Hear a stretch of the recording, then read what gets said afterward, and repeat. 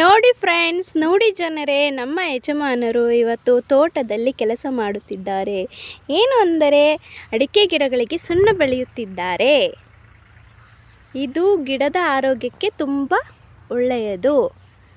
And ಕೀಟನಾಶಕವನ್ನು ಸಿಂಪಡಿಸುವುದರಿಂದ ಯಾವುದೇ ರೀತಿಯಾದಂತಹ ಕೀಟಗಳಾಗಲಿ ಕ್ರಿಮಿಗಳಾಗಲಿ ಬಂದು ಅಟ್ಯಾಕ್ ಮಾಡುವುದಿಲ್ಲ.